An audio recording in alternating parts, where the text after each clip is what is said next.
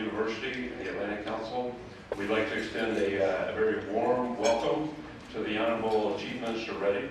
We're thrilled and honored to have you with us today. His first stop in the United States in his official capacity as the Chief Minister, and as well as a good friend of those of you in the room, from all across the sectors here in Washington, D.C., is India's ambassador, who is known to each and every one of you as a true friend and a great ambassador for India. As I mentioned, we are very appreciative of our partners for today with the Atlantic Council and Georgetown University. Most of all, though, we are appreciative to all of our members that are here today and were able to join us for today's discussion. So, very quickly, we just hosted the ambassador recently out in Denver, Colorado. Why do I mention that? Because that's why we're here today, to talk about engagement at the state level as something that we do both in the U.S. and abroad, especially in India. And we're very proud to have been doing that, and we're very proud to continue that tradition today. And so with that, we had that conversation earlier in the brief room here today, and I got to hear a little bit about the itinerary. We'll go through that a little bit more.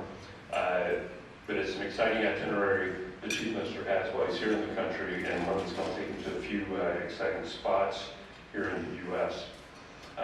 Going local to go global. It's something that we talk about here at the U.S. Chamber frequently, and for the international team here at the Chamber, we have operations across all the world: South Asia, Asia, Latin America, the Middle East, Southeast Asia, China, you name it, we're there. But today we're going to talk about India.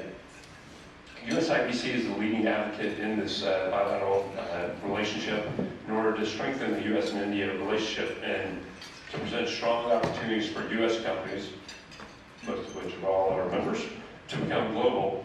We must collaborate, partner, and work closely with the regional leaders who are advancing their communities and economies to positively change the landscape and the ease of doing business in their markets.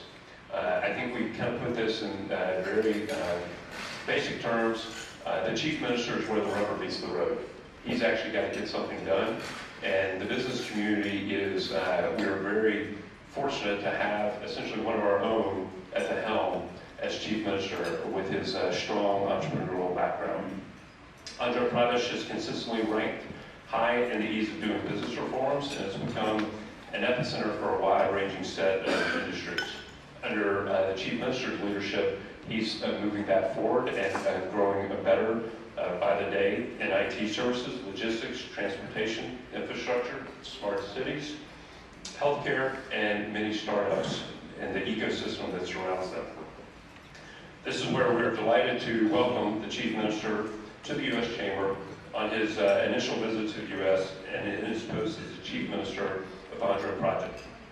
We are grateful to have the opportunity to learn more about his vision for his state and how the U.S. can be a strong partner and how the U.S. business community can be a strong partner as well. Before we get to the discussion though today, which will have an opportunity for everyone to ask some questions, I'm going to turn it over to the Honorable Ambassador of India, Mr. Sringla, to say a few words on the importance of connectivity with Andhra Pradesh. Now, I was asked to give a very, very long introduction for the ambassador to explain to y'all how 35 years in the diplomatic corps has brought him to this very day. His staff told me to go on for no less than 15 minutes on the introduction, but instead I will just offer that he is one of the true classic gentlemen of this city and of the global community that does a phenomenal job on behalf of India. And we're truly grateful for his partnership, his friendship, and his constant engagement with the business community. Mr. Ambassador. Thank you. Namaste and good afternoon. Let me start by saying and outlining what a singular honor it is to have with us the Honorable Chief Minister of the State of Andhra Pradesh, His Excellency Mr. Y.S. Reddy. For me personally, it is a unique honor because he's the first Chief Minister that is visiting the United States since I took over my post here in January 2019. And I'm also very happy Honorable Chief Minister's first official visit abroad since his overwhelming victory in the polls later this year.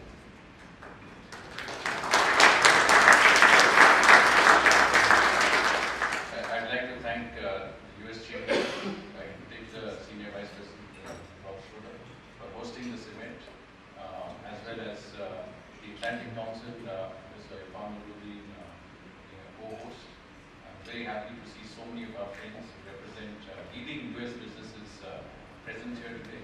I do understand that it is a holiday month and many of you are not scheduled to be here. We truly appreciate your presence and your interest in India-US relations in general and in the state of Andhra Pradesh in particular.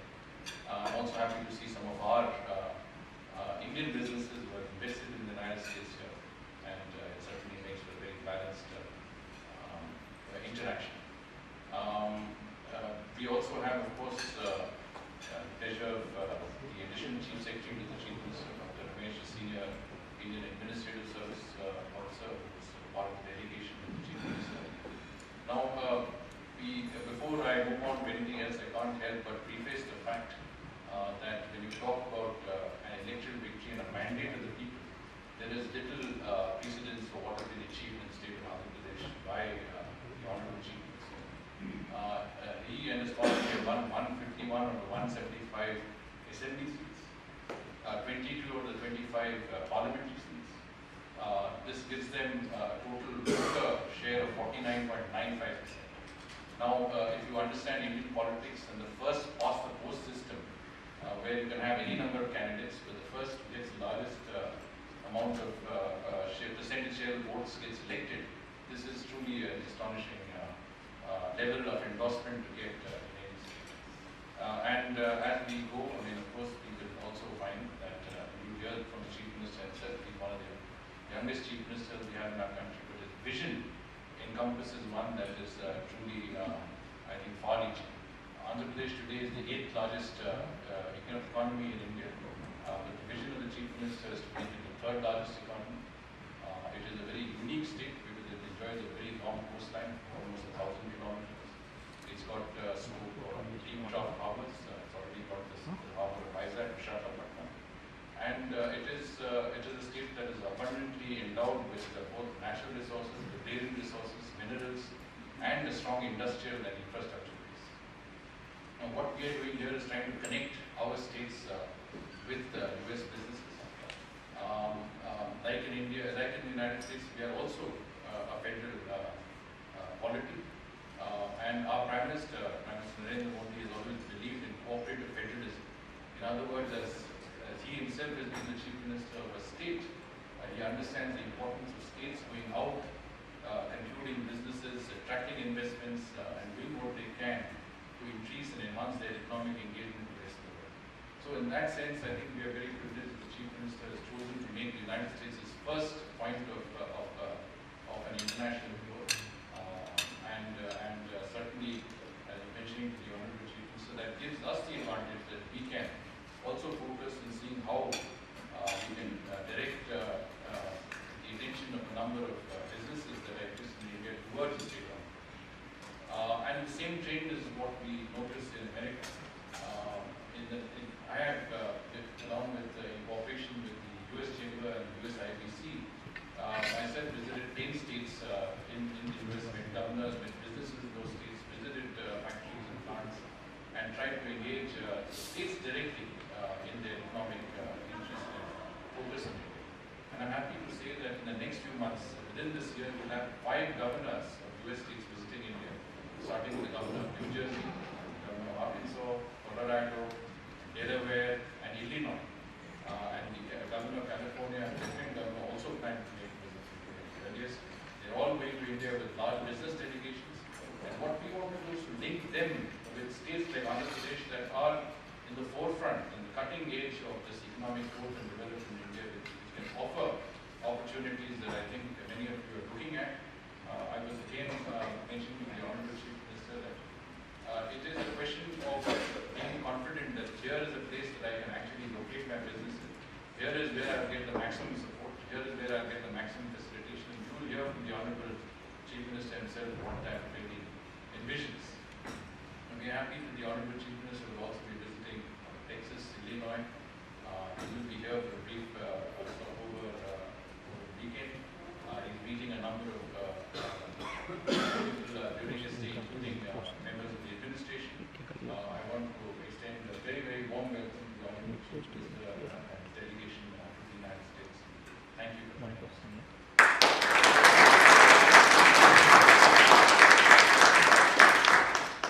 Thank you, Mr. Ambassador. We're truly fortunate to have you here with us today, but really with us every day, and working with us in partnership on all issues ranging from economics to diplomatic between our two countries. Before we turn it over to the Honorable Chief Minister, it's my privilege and honor to also introduce our partner, who I mentioned previously. We're pleased to introduce Professor Irfan, who's not only the director of the South Asia Center of the Atlantic Council, but he's also the director of the Georgetown University India Initiative. So he's dual-hatted as two partners for us all in one. So the floor is yours to set the scene for us. Very good. Welcome to all of you. Thank you, so many of you, for spending your Friday afternoon in August with us. As Rob mentioned to the Honorable Chief Minister when we were sitting outside, there's probably no greater indication of the interest than a full room on a Friday afternoon in August in Washington. So quite wonderful to have all of you here. It's a great honor on behalf of my colleagues at the Georgetown University India Initiative and the Atlantic Council South Asia Center to partner with the U.S. Chamber, and in particular our friends at the U.S. India Business Council on this event. I'm going to, it falls to me to have the honor of giving a formal introduction of someone who doesn't need an introduction, the Honorable Chief Minister. But before I do so, let me also acknowledge Additional Chief Secretary Mr. Ramesh, and also Mr. Reddy on my immediate left, a Member of Parliament of the Legislative Assembly in Andhra Pradesh. It's an honor to have you as well. Of Parliament, sorry, of the Lok Sabha. And finally, many thanks to Ambassador Schindler and his team at the Embassy. Belated Happy Independence Day to all of you and to all of our other Indian citizens around the table here today. The Chief Minister's accomplishments are already many. As someone who's not seen the inside of a gym in way too long, maybe I'll start though with the Padayatra he did in 2017, a listening tour, a walking tour of his state, in which he walked 3,500 kilometers over the better part of a full year. This listening tour, I think, epitomizes what is remarkable about the Honorable Chief Minister, commitment to listening to the voices of those who are most disadvantaged in his state. And as all of you know, Indian states defy the imagination. This is a state of 55 million people. So this is a large country in its own right, of incredible diversity and richness, but a commitment to listening and walking, physically going from village to village to hear the voices, not just of those privileged enough to be in the capital, but in the far-flung areas of the state, is quite remarkable. It is probably therefore no surprise that in the last election, as Ambassador Schindler said, he won a mandate that is quite remarkable, because it also suggests that the YSR Congress popularity didn't just extend in the state, but actually extended to a trust to represent the state's interests in Delhi by providing also 22 of 25 Lok Sabha seats. Again, Member of Parliament, Mr. Reddy, one of those, part of the Andhra delegation to Delhi. A large part of what he has been working on, and it was part of the ambition, a strategy to bridge the rural-urban divide in Andhra Pradesh, to unlock human development potential, to create greater reforms that provide incentives for business to invest, and to unlock the potential that comes only from investment in infrastructure and industry in the state. He is no stranger to business. He has a degree in commerce, has successfully created and led businesses in the media industry, is a promoter of Bharati Cement, and so has direct hands-on experience running, managing, and supporting businesses. And I think it should be of great interest to the membership of the US Chamber and of US IBC to hear what he has in mind for unlocking his state's potential. Without further ado, Honorable Chief Minister, the floor is yours.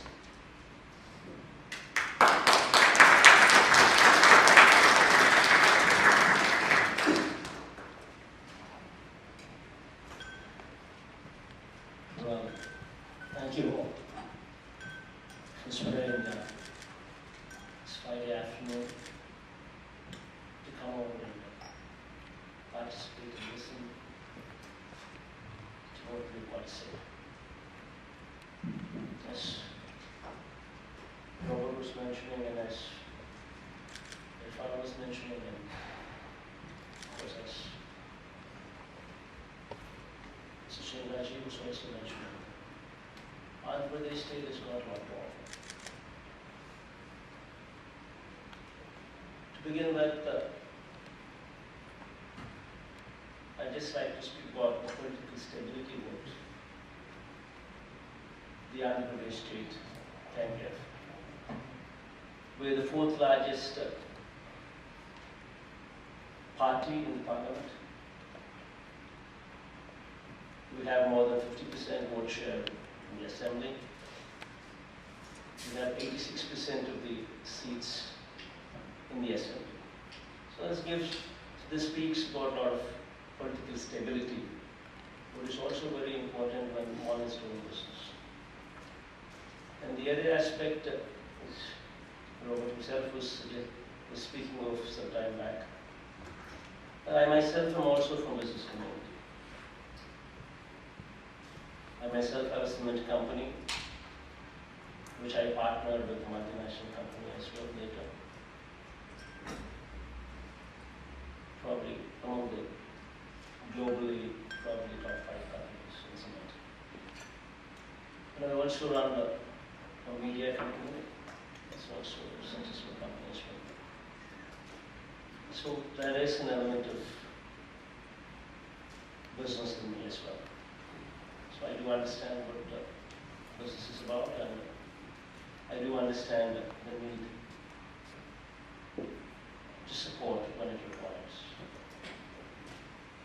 And to speak a few words about my state, it's one of these states which is 975 kilometers of coastline. It currently has 4 ports and 6 airports. And everything goes well. We're targeting to enhance this by another 4 more ports, 4 to 5 ports extra. So there is a tremendous amount of scope on the coastline. We are primarily an agrarian state, 62% dependence on agriculture. We've recently had a state divided, so the Tier 1 cities, Hyderabad, has just been given away to Telangana state. So that's one of the reality that we need to face. Our other important city would be Visakhapatnam, Vizag. If everything goes well, we could develop that as a Tier 1 city as well. So these are the few weaknesses, few strengths that we have. What I'd like to speak about is the importance of any business community is, if somebody were to come all the way to AP, come and set up a factory or set up something, it's very important that they trust the government.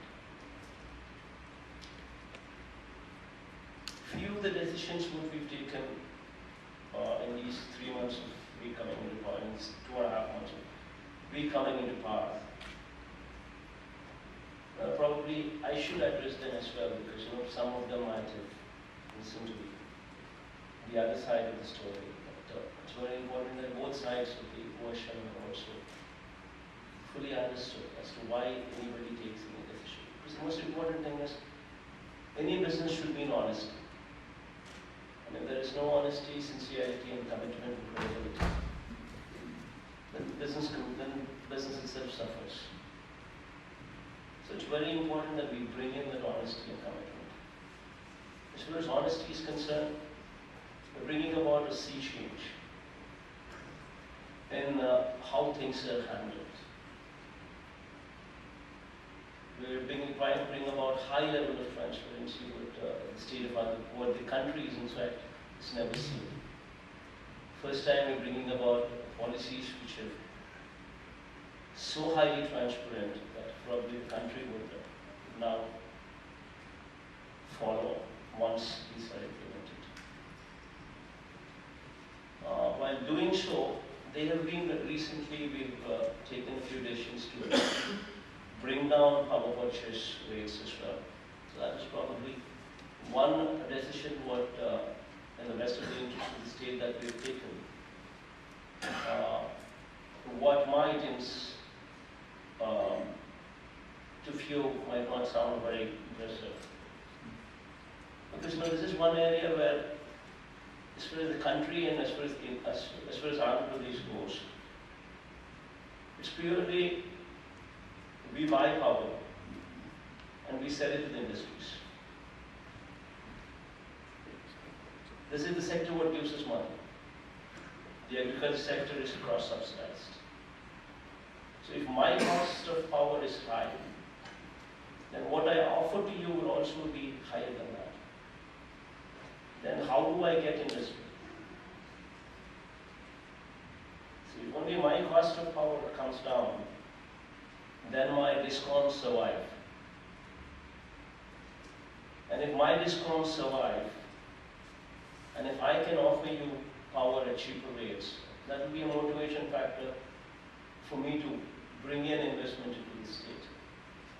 So that is the other side of the story that one should also listen to. Basically, any economy should be self-sustaining. If any of these models that we speak should be self-sustaining. If these models crumble, then we have a problem. And that's exactly what I did, what I addressed when I spoke about those power purchase agreements that I just spoke about. But in detail, I will explain to you in case there are any questions pertaining to it.